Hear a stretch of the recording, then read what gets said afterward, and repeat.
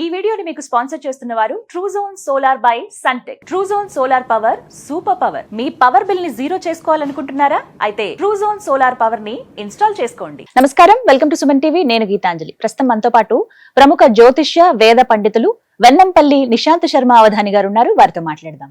గురుగారు నమస్కారం అండి. మహాదేవమ్మ. గురుగారు, గురు పౌర్ణమి జూలై 10వ తారీఖు. మరి విశిష్టత ఏమిటి? ఖచ్చితంగా ఈ పనులు చేయాలి, ఇవి చేయకూడదు, లేకపోతే ఏ దైవారాధన చేయాలి, నియమాలు ఇలా ఏమైనా ఉన్నాయండి? సంతోషంగా తల్లి. గురవేత్ సర్వలోకానాం భిషజేత్ భవరోగిణాం నిధయేత్ సర్వ విజ్ఞానాం దక్షిణామూర్తయే నమః. గురు పౌర్ణమి అని అంటే తల్లి గురువు యొక్క విశిష్టత తెలిపేటువంటి. అంటే వాస్తవానికి ఏంటి అని అంటే కొంతమంది అనుకుంటారు నాకు చదువు చెప్పిన వాడే గురువు అని కొంతమంది భావిస్తారు. ఇంకొంతమంది లేదు నాకు మార్గదర్శి చూపించిన వాడు నాకు గురువు అంటారు. కాకపోతే ఏంటి అని అంటే మన వేదశాస్త్ర ప్రకారంగా మనకు ఉపనిషత్తుల్లో వేదమనోత్స్యాచార్యోంతే వాసిన మనుషాస్తి సత్యం వద ధర్మంచర స్వాధ్యాయ ప్రవచనాభ్యాన్న ప్రమదితవ్యం మాతృదేవో భవ పితృదేవో భవ ఆచార్య దేవో భవ అని మనకు శాస్త్రం ఘోషించింది. అంటే ఒక మనిషికి మొదటి గురువు ఎవరయ్యా అంటే తల్లి, రెండో గురువుగా తండ్రి వస్తాడు. ఎందుకనంటే ఒక పిల్లవాడి నోట్లో నుంచి అమ్మ అనే పదము వస్తున్నది పుట్టినవాడి ఎక్కడి నుంచి? తల్లి దగ్గర నుంచే కదా.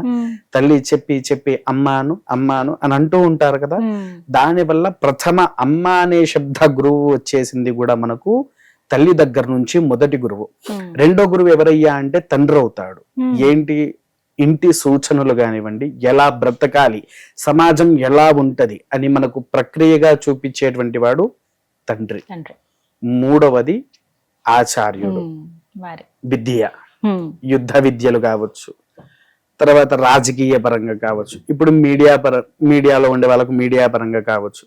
ప్రతి ఒక్కరికి వీటి నిదర్శనతో కొంతమంది గురువుగా ఖచ్చితంగా మనకు ఉంటారు. అసలు వాస్తవానికి గురు పౌర్ణమి అంటే తల్లి దీనికి మొదలు చెప్పాలి అని అంటే మనకు ఆషాఢ మాసంలో తొలి ఏకాదశి నుంచి దక్షిణాయన పుణ్యకాలం ప్రారంభం అవుతుంది. తొలి ఏకాదశి రోజు. ఈ తొలి ఏకాదశి రోజు నుంచి మనకు ప్రాముఖ్యత ఏంటి? చాతుర్మాస్య దీక్ష. ఈ చాతుర్మాస్య దీక్ష ఎప్పటి వరకు? మళ్ళీ కార్తీక మాసం వరకు ఉంటుంది. ఈ కార్తీక మాసం ఎక్కువగా ఈ చాతుర్మాస్య దీక్ష ఎవరు చెయ్యాలంటే గురు బోధత్వంలో ఉండేవారు చాతుర్మాస్య దీక్షను ఆరంభం చేస్తారు. అంటే ఇప్పుడు మా లాంటి వేద పండితులమ్మ ఒకటి, తర్వాత రెండోది మొదలు మేము అని చెప్పుకోవడం కంటే తప్పు యతీశ్వరులు. యతీశ్వరులు అంటే ఎవరు? మన కంచిపీఠం వారు, శృంగేరి పీఠం వారు, హంపి పీఠం వారు, కృతాలమారు, ఇలా పీఠాధిపతులు ఉన్నాయిగా. ప్రతి ఒక్కరు కూడా ఈ చాతుర్మాస్య దీక్షను ప్రారంభం చేస్తారు. ఈ చాతుర్మాస్య దీక్ష ప్రారంభమైనటువంటి 5వ రోజు మనకు గురు పౌర్ణమి అని సంభవిస్తుంది. ఈ గురు పౌర్ణమికి ప్రాముఖ్యత ఎవరయ్యా అంటే మొట్టమొదటి వాడు దక్షిణామూర్తి, రెండోది గురు దత్తాత్రేయుల వారు, మూడవది ఆదిశంకరాచార్యులు. తర్వాత మనం ఎవరైతే గురు సత్స్వరూపాలుగా భావిస్తున్నాం అంటే రాఘవేంద్ర స్వామి వారు కావచ్చు, ఇంకా ఎవరికి నచ్చిన వాళ్ళను కొంతమంది సాయిబాబా అంటారు. సాయిబాబా రాడు గురు పౌర్ణమికి వాస్తవం, ఎందుకంటే ఆయన ఒక హంస, భగవంతుడి రూపంలో పుట్టినటువంటి హంస కాబట్టి. తర్వాత ఇంకో విషయం ఏంటంటే ఇలా చెప్పుకుంటూ పోతే గురుతత్వంలో ఉండే వాళ్ళు మనకు చాలా మంది ఉంటారు.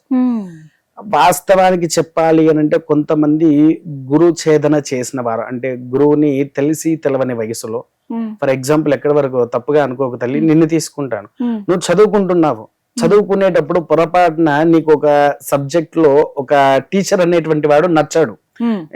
ఏందబ్బా ఈ తలకాయ నొప్పి, ఈ టీచర్ వచ్చేసాడు, అబ్బా వీడు వచ్చిందంటే నాకు గోలనే అని చెప్పేసి అని తిట్టుకుంటాం.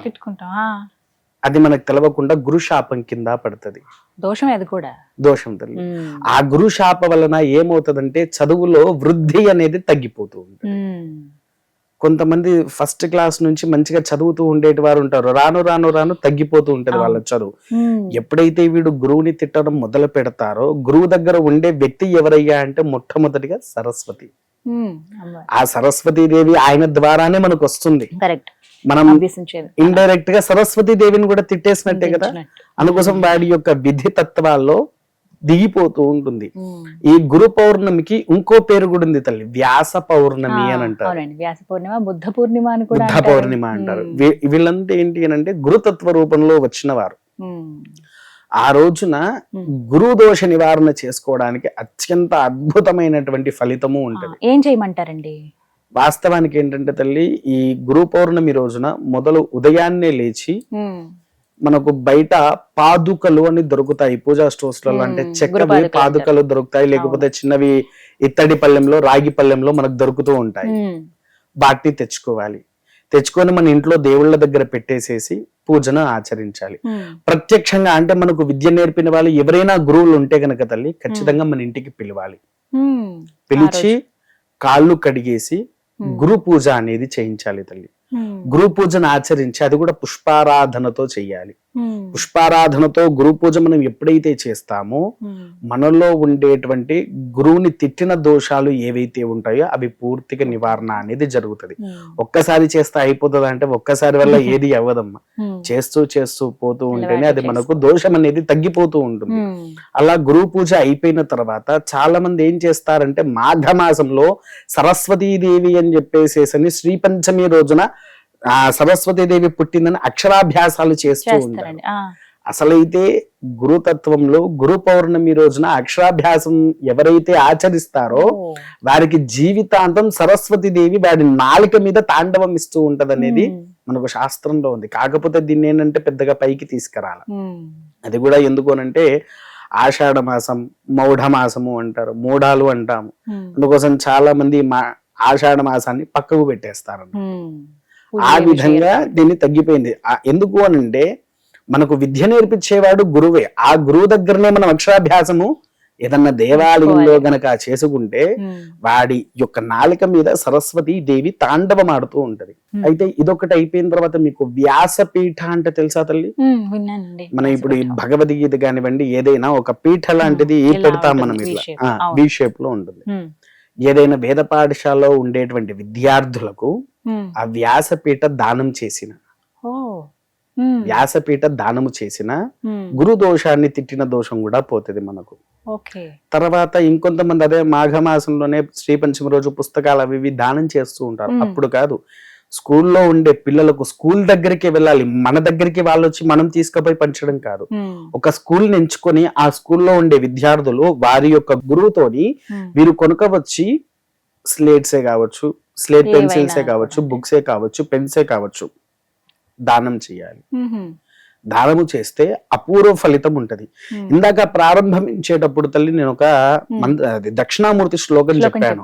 ఏంటిది? గురవే సర్వలోకానాం, గురువే సర్వత్వంగా ప్రతి ఒక్కడికి ఆధారంగా జీవత్వాన్ని చూపించేవాడే గురువు. గురవే సర్వలోకానాం భిషజే భవరోగినాం, మనలో ఉండేటువంటి సర్వ గుణాలను తీసేసి రోగాలను తీసేసి అద్భుతమైనటువంటి విద్యను మనకు అందించేటువంటి గొప్ప శక్తి ఉన్నవాడే గురువు.